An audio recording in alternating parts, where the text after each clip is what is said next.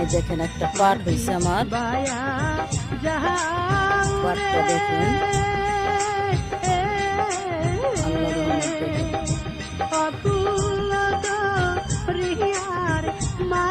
দেখেন।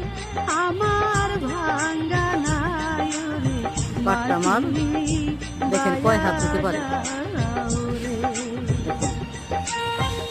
আবার একটু খেয়াল করেন দেখেন কয় হাত দিতে পারে।